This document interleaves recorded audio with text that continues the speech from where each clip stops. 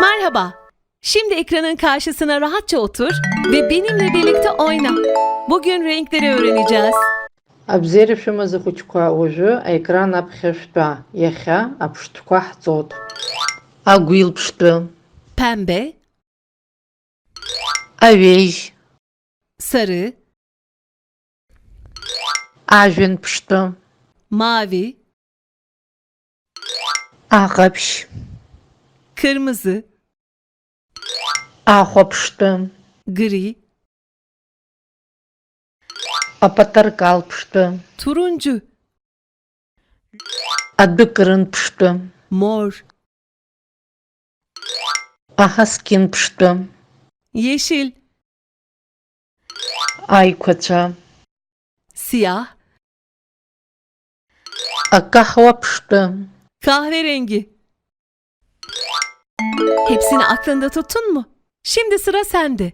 Hep birlikte renkleri bulalım. Рызыги гунышъ къыламэ. Уажәшьҭа шәара иқәышәыԥхьаӡа. Kırmızı nerede?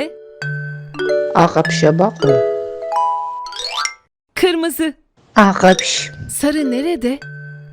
Авеж абаҟоу? Sarı. Авеж. Mavi nerede? Ажәҩан аԥштәы абаҟоу? Mavi. Ажәҩан ԥштәы. Yeşil nerede? Аҳаскьын ԥштәы абаҟоу? Yeşil. Аҳаскьын ԥштәы. Pembe nerede? Агәил ԥштәы абаҟоу? Pembe. Агәил ԥштәы. Turuncu nerede? Апартакал ԥштәы абаҟоу? Turuncu. Апатаркал ԥштәы. Mor nerede? Адәыкрын ԥштәы абаҟоу? Mor. Адәыкрын ԥштәы. Kahverengi nerede? Акаҳуа ԥштәы абаҟоу? Kahverengi.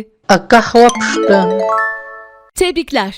Artık bütün renkleri biliyorsun. Ишәыдысныҳәалоит, шьҭа аԥштәқәа зегьы ижәдыруеит.